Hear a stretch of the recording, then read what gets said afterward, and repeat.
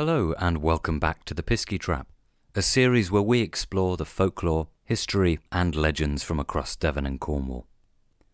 In this episode we're going to be looking at the area around Ilfracombe in North Devon and a place called Chambercombe Manor, which has quite a dark and a very colourful past. There's lots of different stories that surround it. This was somewhere that I have to say I hadn't really heard of until I started doing research for this project.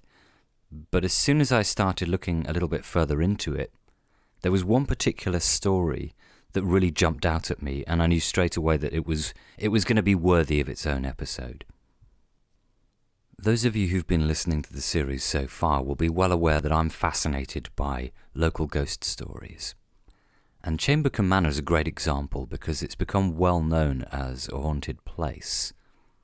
It's been featured in lots of different books, it's even been on TV shows like Most Haunted over the years, so it's garnered a bit of a reputation for itself. As usual though, what I really wanted to do was to try and get behind some of the folklore and the ghost stories and find out a little bit more about the manor's past, to try and find the root of these stories. I also wanted to get an opinion from someone who knows the manor well and can maybe offer a bit of an insight. So later on you'll hear extracts from a conversation I had with Leslie, who's worked at Chambercombe Manor for years and has stayed there overnight on a number of occasions and has her own stories to tell. Anyway, before I waffle on any further, allow me to introduce Chambercombe Manor.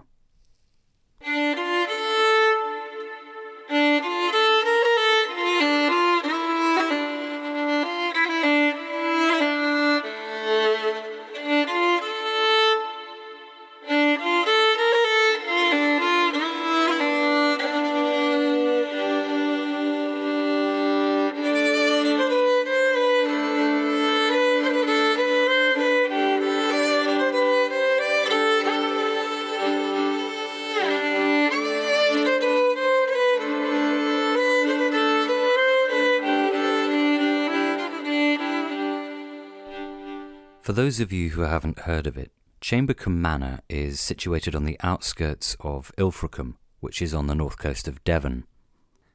And it seems to have been there a long time, in one form or another.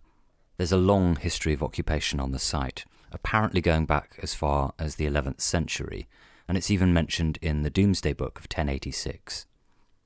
At one point it seems to have been owned by relatives of quite a key historical figure called Lady Jane Grey.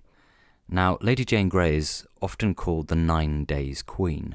She was basically a rival claimant to the English throne, and eventually she was executed for treason at the Tower of London in 1554.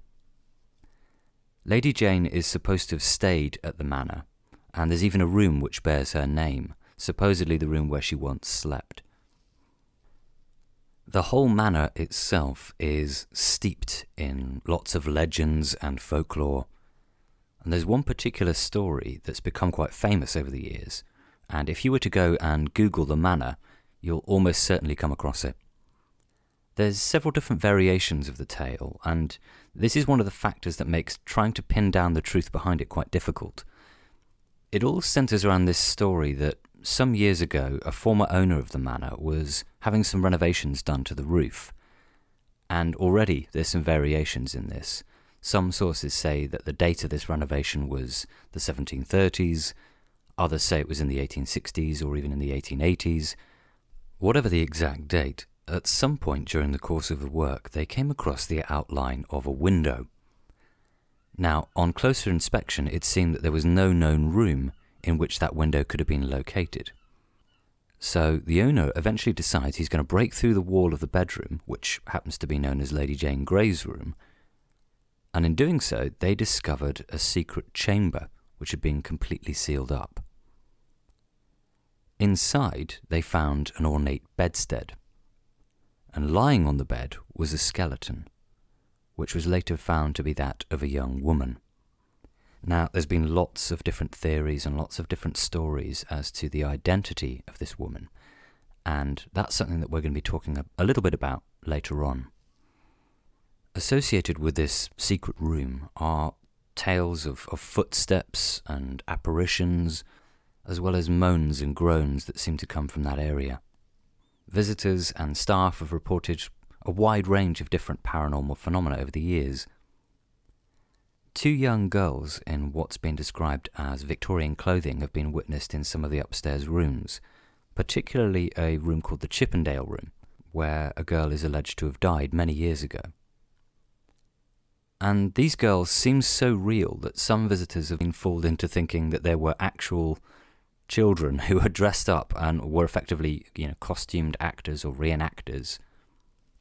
There's also said to be a cradle in one of the bedrooms that rocks by itself. If you take a look at the Manor's website, they have a section on there where visitors can recount their different experiences. And these range from feeling a little bit dizzy or a bit disorientated to technical issues like phones not working, for example. And a few people have witnessed a girl wandering around in the grounds, or sometimes sat on the stairs watching them. One woman even claims to have taken a photo that appears to show a figure standing by the fireplace. So, what's going on at Chambercombe Manor, and what are we to make of all these different stories? I want to begin by delving a little bit further into this story of the sealed up room, because there's quite a few local legends surrounding that, and to do with the identity of the body that was found on the bed. This concept of the secret room, or tales of people being walled up or bricked up, is surprisingly common in local folklore. And in fact, there's a story linked to Powderham Castle, which is not far from Exeter, where a woman was found walled up in one of the rooms. In Exeter itself, there's a pub where there's a story of a monk and a nun who were having an affair, and as punishment they were both walled up. So it's a common theme, but here there's quite an elaborate backstory to go along with it. And we do have evidence in the form of the secret room itself, which is still there and can be viewed by the public, so if you go to the manor you can see it for yourself. As I said, there are different variations of the tale behind this room out there. I've opted for the most well-known, I would say, and the one that certainly crops up most often. And the tale centres around a former resident of the manor, a man named William Oakway. Now, it's hard to pin down exactly, but we think this may have been sometime in the 17th century. At this time, it seems that William was only able to rent the manor, but that he aspired to one day buy the property outright. William came from a family of well-known wreckers, people who were in the habit of basically luring ships onto the rocks and then stealing their cargo. And it's said that William ended up marrying a Spanish woman who'd been saved during one of these wrecking expeditions, and that in time the couple had a daughter that they named Catherine, or Kate. Some years later, as Kate grew up, she fell in love with an Irishman by the name of Wallace, who was the captain of a pirate ship. One day the couple left and got married, and eventually settled in Dublin. And so the years went by, until one day there was a great storm out at sea, and William went down to the shore to look for any signs of a ship in distress. There he came across a young woman who was lying badly injured and whose face had been disfigured, having been dashed against the rocks. She was carried back to the manor, where she was tended to, but later died, presumably as a result of her injuries.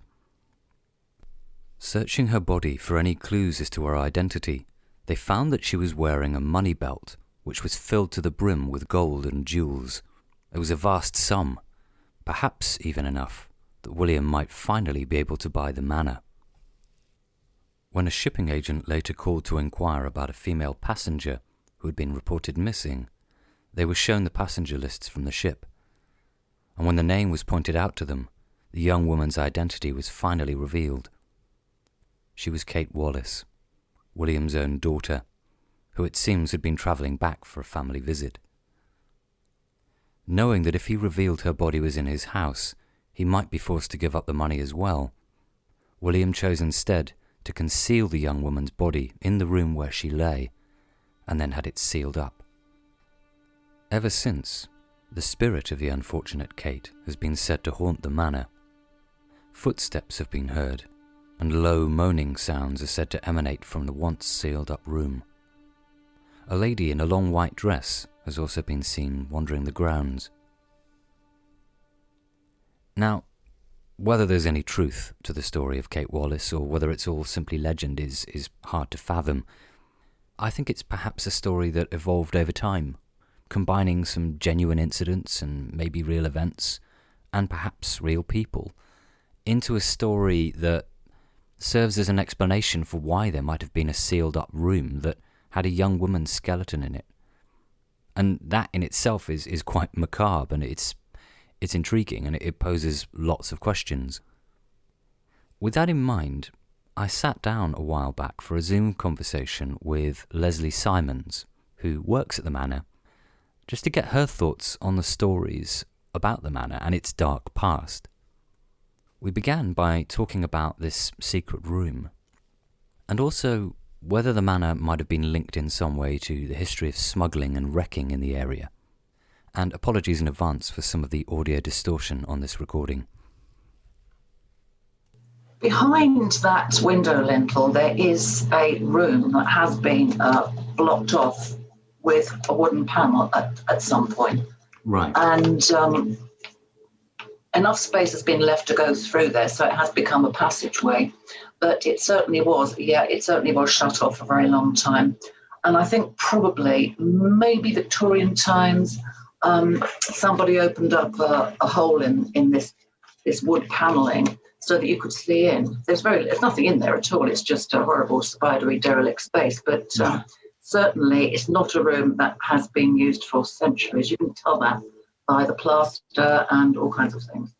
And there was once an underground passage that went from the manor. It went from under the big fireplace in the Great Hall, and it's said to have come out in a cave on the beach.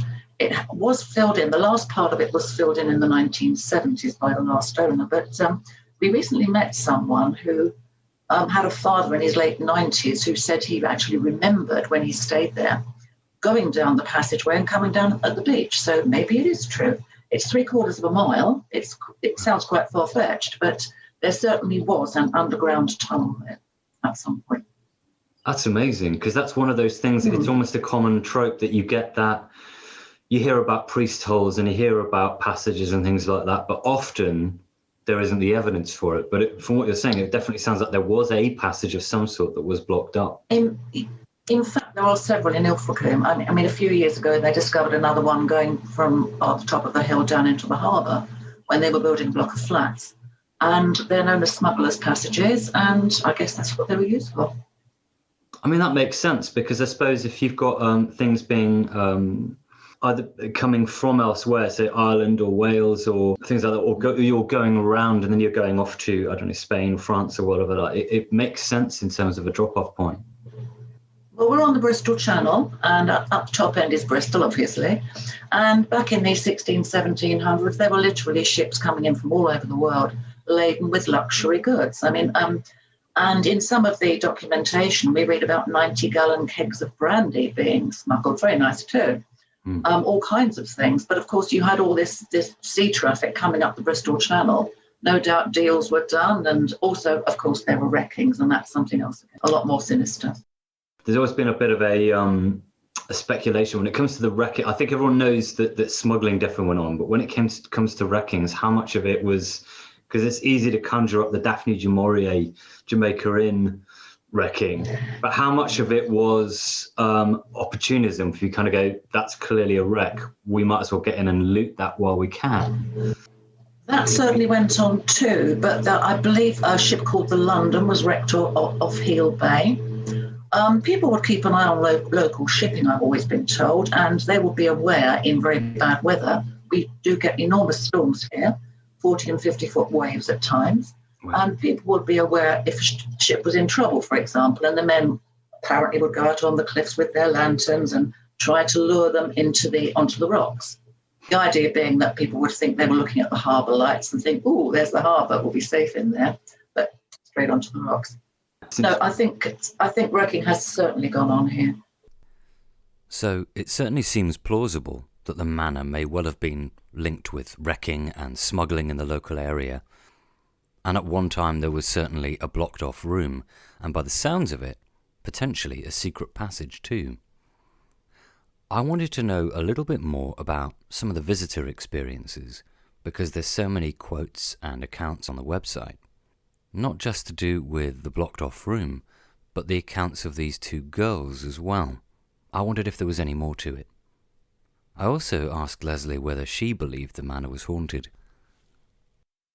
I suppose the next logical thing to move on to talk about is kind of in relation to the legend. There are sort of ghost stories relating to that blocked up room and speculation about the sort of skeleton on the bed. Do you think, personally, I mean, how much of it is people coming in, visitors expecting the place to be haunted, and how much do you think it genuinely could be?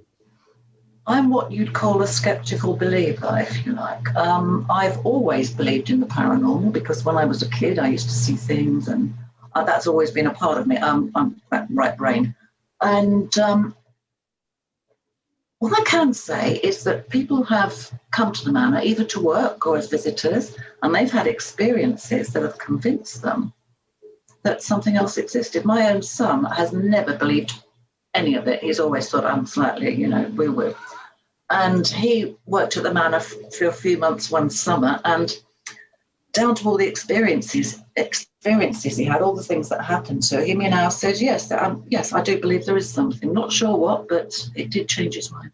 And many people have said the same, including our manager's husband, who wasn't a believer when he first turned up at the manor, but now most definitely is because of all the things that have happened to him. Anybody who works there can tell you 100 stories, probably. I was having a look at, because you've got like a visitor thing where people can record their experiences on the website, and some of them sort of mentioned, like from what I can remember, like seeing someone by the fireplace, or often it mentions to like a girl or two girls or something. Is that another? That's another story altogether, I assume, that's linked with the manor in some way, perhaps. The two girls, now this is the thing that really does kind of float my boat, if you like. Yeah, there are two little girls. They're called Ailey and Bella. There's absolutely nothing to prove they ever existed. Right. But one of them is just seen constantly. I mean, not every day, but so many people see her. She shows up all over the place. People always describe her as looking the same. I've seen her myself, actually, so this is why I'm so fascinated. And the story is that she died at the age of 9 of consumption in what we call the Chippendale room now. And she's seen in there too. She's also seen looking out of the window. She's seen in the grounds. She's even been seen up at the top of the lane. And I've been accused in the past of having a little girl wandering about the house all dressed up just to fool people.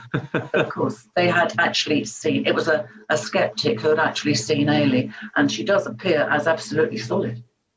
So what was your experience when you have seen, was it Ailey, did you say? Ailey, yes. I'm not quite sure where that comes from.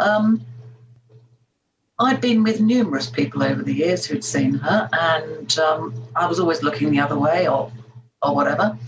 One evening, it was September before last, I locked up the manor. Everyone had gone home. My last visitors had left, and I locked up. And after I locked the gate, I stood there looking up at Ailey's bedroom window for a time and thinking, I wonder why I never see her. And she just suddenly appeared at the window. I could make out some detail. Very pale little face, long dark hair. She was holding something in front of her. And after, I suppose, about a minute, she just disappeared. But I know I saw that, and I was quite gobsmacked for about a week afterwards. Was it the case of the other staff were kind of like, oh, I've had a similar thing? Did it kind of correlate with the same sort of thing and same description that other people had seen as well? Oh yes, there are certain things that happen over and over again, but there always seem to be new things. Okay. Like the smells we get, we're always getting ones we've never had before. It's a weird. Yeah, that's a weird one, isn't it? Yeah. Do you almost keep a diary or a little record of all the little, I suppose, the incident book in a way? I don't personally. We always leave notes for one another in the staff room if someone's working the next day. Hey, guess what happened today? Right. I mean, one thing you might be interested in here, we've got a very old cradle. It's said to be Cromwellian. I think it might be a little bit older, but this cradle rocks on its own. Not very often, but it does. And it also moves when we're out of the room. Not every day, it's just from time to time. We're always pulling it back into place. And my theory is that sometimes it just rocks so hard it skitters across the floor. And my colleague opened up the house one morning, year before last, when we were last working, and found the cradle halfway into the fireplace. That kind of thing. We don't know the history of the cradle, but there's something very, very strange about it. Are there any sort of theories? Has anyone ever theorised as to why that might be the case, or? It is in one of the most haunted rooms, which sometimes has a really, really heavy atmosphere. I would imagine a lot of babies have been born and a lot of babies have died in there. Infant mortality and all that, They did, didn't they? And there are also some unpleasant stories about this particular room. Has anyone ever tried to look into who I can't remember the names you gave to the girls, who the two girls could be?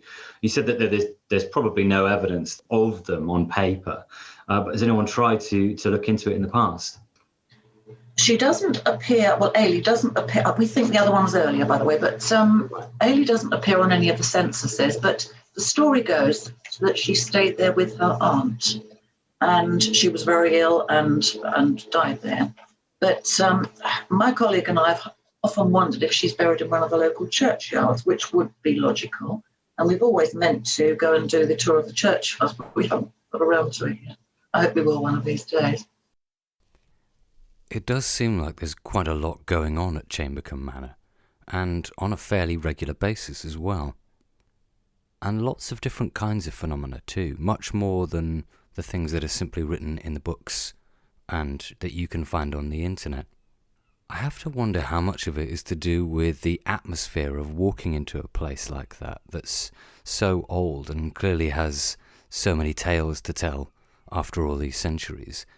Does that make you instantly feel a certain way when you walk into the building?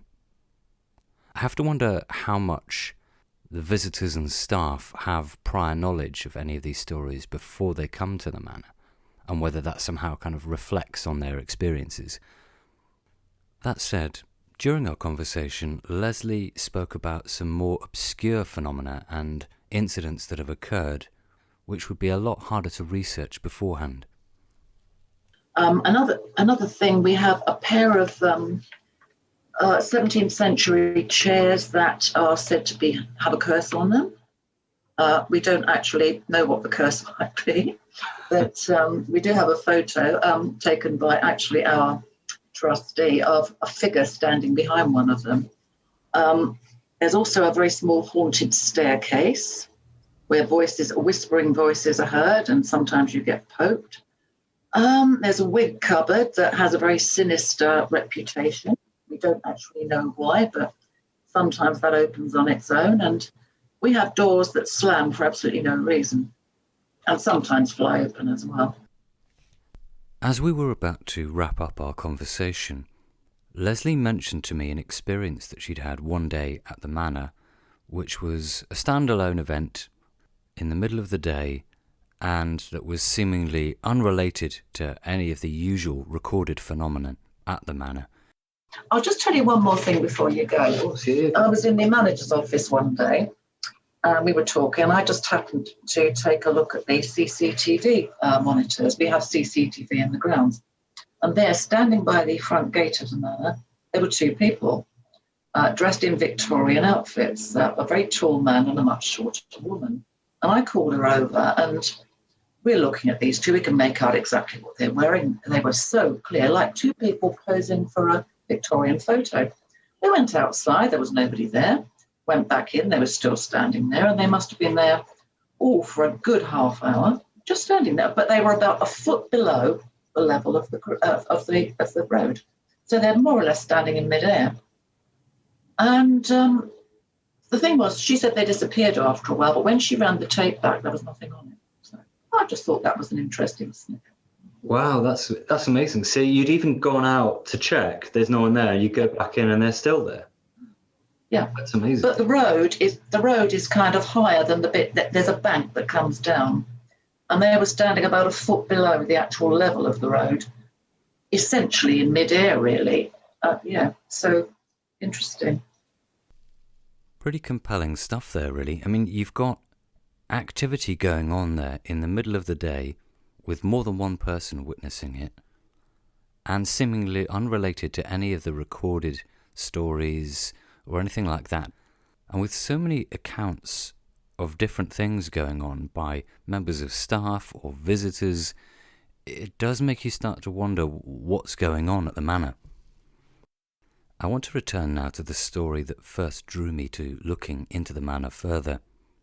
The tale of Kate Wallace and this secret room.